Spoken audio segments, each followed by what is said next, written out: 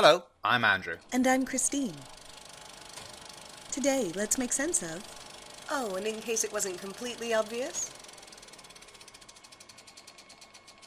The Mazerunner is the first part of the latest Teenagers Save the Dystopian World trilogy genre.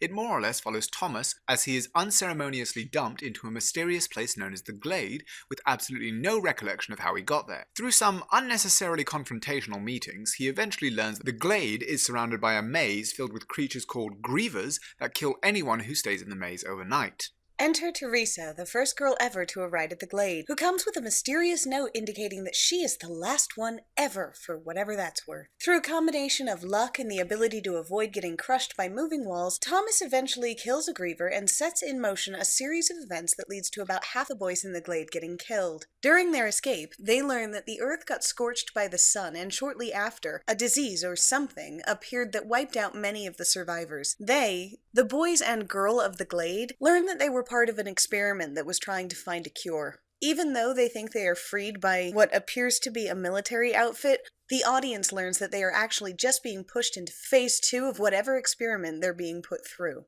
However, during their maze running and various escape attempts, Thomas and friends appear to ignore or dismiss several pretty obvious shortcuts with what at first glance appears to be very little consideration. One of the first things Thomas questions while he's learning the ropes in the Glade is why don't they just try climbing up the wall and going over the maze? It seems like a natural question. If going through the maze hasn't done any good in 3 years, then why not try going over it? Newt's response that the ivy doesn't go all the way to the top is flat out shown to be false. We clearly see ivy not only reaching from the top, but growing all the way down to the canopy of the trees. Now, the books make sure that this plot hole never develops by explaining that there's something that kills anyone who tries to climb out. However, we believe that if it wasn't included in the movie, then it can't be considered evidence. But, based on the movie, we do have sufficient evidence to draw at least one conclusion. The stuff that we see dangling from the top of the walls is not, in fact, ivy. Since both he and Thomas can see whatever it is from where they're standing, whatever's growing down from the top of the walls must be designed to keep them in. But the point about the vines is irrelevant anyway. As we can see from this angle, climbing the inner wall would only put them one step further into the maze, and regardless of how they climbed that wall, they would never be able to climb the outermost ring.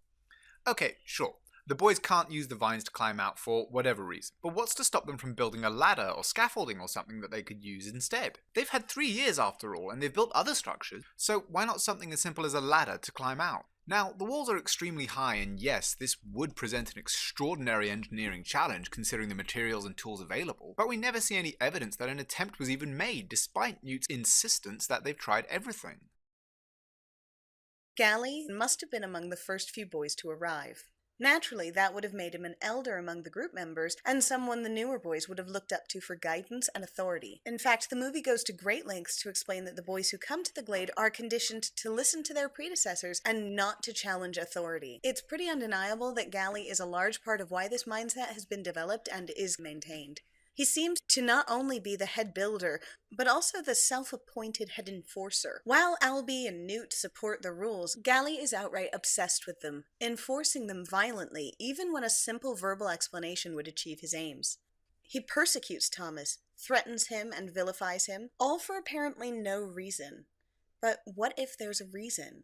Through the flashbacks, we're told that Thomas is sent as a catalyst for change. This establishes that Wicked sends specific people into the Glade, almost pre-programmed to fulfill a certain role. What if he was sent in specifically to act as an obstacle to anyone who challenges the status quo? His sole purpose is to convince people that they're comfortable in the Glade and that they should not want to leave.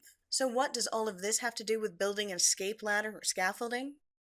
Well, if he was there to be a foil for progress, change, or escape, it makes sense that he would oppose any kind of major project that would potentially give the boys a way out. By controlling the builders, he easily could have convinced them that they didn't have the time, resources, or manpower to build a way to escape.